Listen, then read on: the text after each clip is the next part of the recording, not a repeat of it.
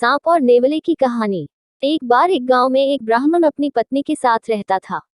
एक दिन उनके घर एक पुत्र पैदा हुआ। ब्राह्मण और उसकी पत्नी ने उसका नाम श्याम रखा। अब ब्राह्मण का परिवार पूर्ण हो चुका था।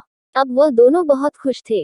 ब्राह्मण ने सोचा कि घर में बच्चे के लिए एक पालतू जानवर होना चाहिए ताकि वह उसकी रक्षा कर सके और उसके लिए एक साथी भी बन सके। वह पालतू जानवर की तलाश बाजार गया, लेकिन उसे कोई भी जानवर नहीं मिला। अंत में उसे एक नेवला दिखाई दिया। ब्राह्मण ने नेवले को गोद में उठा लिया। ब्राह्मण नेवले को अपने घर ले आया। ब्राह्मण की पत्नी को एक पालतू जानवर के रूप में नेवला पसंद नहीं आया। उसके मन में नेवले के प्रति अजीब अजीब ख्याल आते थे। ब्राह्मण की पत्नी को लगता था कि कहीं ये नेवला उसके मासूम बच्चे को कोई नुकसान न पहुंचा दे। इसलिए ब्राह्मण की पत्नी हमेशा नेवले से थोड़ा दुर्व्यवहार करती थी। कुछ समय बाद नेवले और ब्राह्मण के बच्चे की बीच में अच्छी दोस्ती हो गई। ब्राह्मण का बच्चा और नेवला दिन भर साथ खेलते थे और नेवला हमेशा उसकी मदद और सुरक्षा करता था। ब्राह्मण नेवले को भी अपने बच्चे के समान ही प्यार करता था, लेकिन ब्राह्मण की पत्नी के मन में नेवले के प्रति अभी भी संदेह था। एक दिन ब्राह्मण की पत्नी को बाजार से सब्जियां लानी थी, इसलिए ब्राह्मण की पत्नी ने ब्राह्मण को कहा कि वह सब्जियां लेने बाजार जा रही है, आप बच्चे का ध्यान रखना, बच्चा झूले में सो रहा है। यह कहकर ब्राह्मण की पत्नी बाजार चली गई। ब्राह्मण काफी देर तक तो घर पर बैठा रहा, लेकिन कुछ समय पश्चात कुछ लोग ब्राह्मण को पूजा के लिए बुलाने आ गए।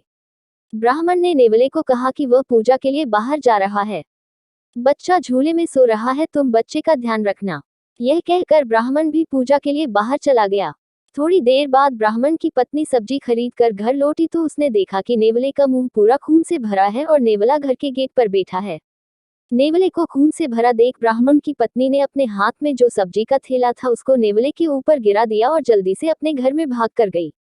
ब्राह्मण की पत्नी ने कमरे में देखा कि उसका बच्चा झूले में एकदम सही सलामत सो रहा है और झूले के पास एक सांप मरा हुआ पड़ा है। ब्राह्मण की पत्नी को अब पता लग चुका था कि नेवले ने बच्चे के हिफाजत के लिए इस सांप से लड़कर उसे मार दिया था और नेवले के मुंह पर जो खून लगा था वो इसी मरे हुए सांप का था। ब्राह्मण की पत्नी जल्दी से बाहर गया। ब्राह्मण की पत्नी ने ब्राह्मण को सारी बात बताई। ब्राह्मण और उसकी पत्नी को बहुत दुख हो रहा था, लेकिन अब कुछ नहीं हो सकता था। शिक्षा: जल्दबाजी में कोई काम न करें और कोई भी काम करने से पहले सोचें।